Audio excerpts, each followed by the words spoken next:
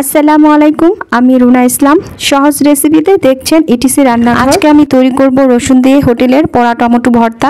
দারুণ মজার একটা ভর্তা। এই ভাজা পোড়া টমেটো ভর্তা দিয়ে 2 প্লেট ভাত খাওয়া কোনো ব্যাপারই না। এখন টমেটোর সিজন, আর টমেটো খুব সস্তা, 15 থেকে 20 টাকা কেজি পাওয়া যায়। এতে অনেক মজার, আর এই ভর্তাটা তৈরি করা অনেক সহজ। চলুন তাহলে শুরু করি। প্রথমে আমি এখানে হাফ কেজি টমেটো নিয়েছি। প্রথমে টমেটোগুলো পানি দিয়ে পরিষ্কার করে নিয়েছি। আমি টমেটোগুলো মাঝখানে উপরে বোটাগুলো এভাবে কেটে 2 খণ্ড করে নিয়েছি।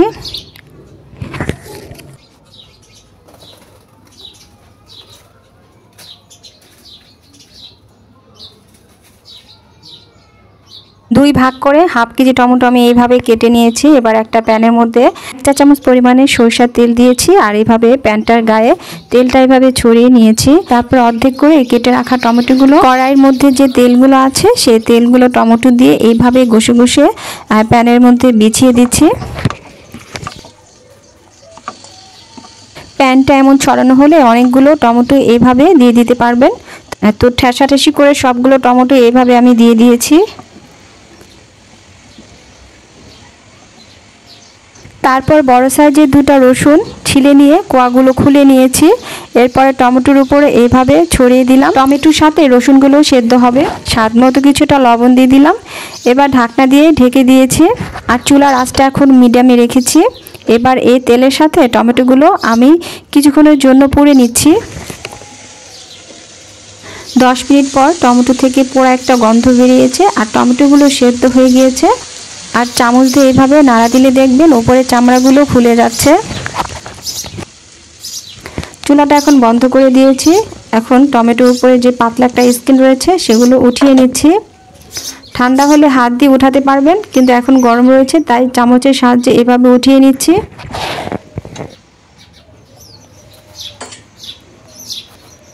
আর টমেটোগুলো উল্টিয়ে দেখাচ্ছি, মানে কেমনভাবে পুড়তে হবে।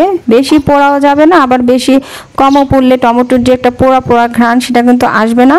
তো এমনভাবে আপনারা হালকাভাবে একটু পুড়ে নেবেন, যাতে পোড়া পোড়া একটা গন্ধ আসে।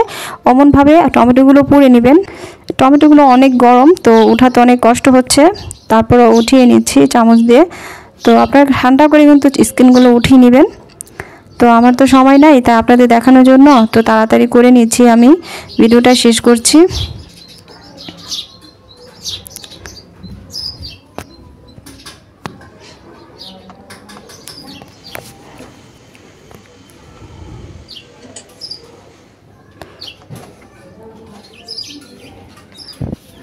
তো দেখলেন তো কত সহজে স্কিনগুলো উঠিয়ে নিলাম।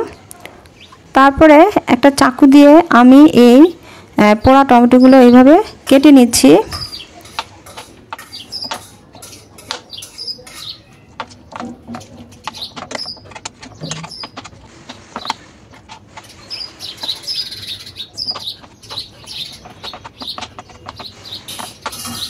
এখন তো টমেটোগুলো অনেক গরম, একটু ঠান্ডা করে নিয়ে তারপর আপনারা চাকু দিয়ে এভাবে ছোট ছোট পিস করে নেবেন।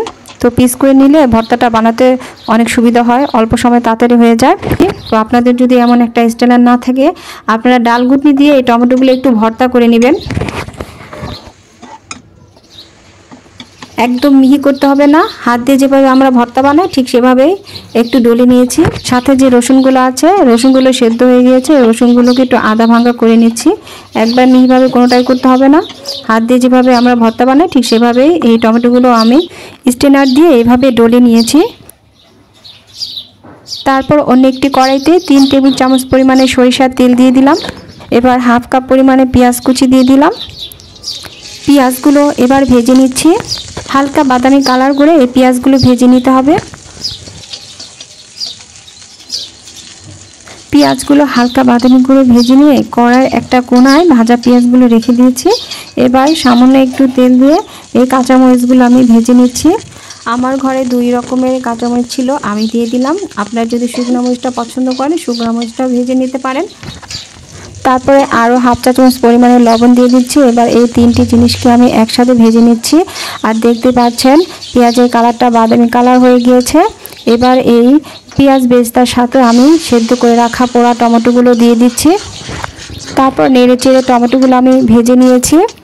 তো পানিটা শুকানো পর্যন্ত আমি টমেটোগুলো ভাজতে থাকবো। আর যখন পানিটা শুকিয়ে যাবে তখন আরও আমি হাফ চা চামচ পরিমাণ লবণ দিয়ে দিলাম। আর লবণটা এখন তো আপনাদের স্বাদ অনুযায়ী দিয়ে দিবেন। তো এই সময় লবণটা চেক করে যদি প্রয়োজন হয় লবণ দিবেন, আর প্রয়োজন না হলে লবণ দেওয়ার কোনো দরকার নাই। রান্নাটা একদম শেষের দিকে। এবার কিছুটা ধনিয়া পাতা দিয়ে দিচ্ছি।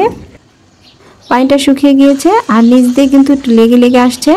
দিয়ে যখন লেগে আসবে ঠিক তখনই ধনিয়া পাতাটা দিয়ে এই টমেটো ভর্তাটা রান্না শেষ করতে হবে। আর এই ভর্তাটার মধ্যে পোড়া পোড়া একটা গন্ধ থাকবে, আর এটাই হলো টমেটো ভর্তার আসল টেস্ট। একবার বানায় খাইলেই বুঝবেন। বানানো খুব সহজ, খুবই অল্প সময়ের মধ্যে এই ভর্তাটা হয়ে যায়। তো তৈরি করে নিলাম আজকের হোটেলের স্টাইলে পোড়া টমেটো ভর্তা। ঠান্ডার দিনে গরম গরম ভাতের সাথে একদম ফাটাফাটির ভর্তা।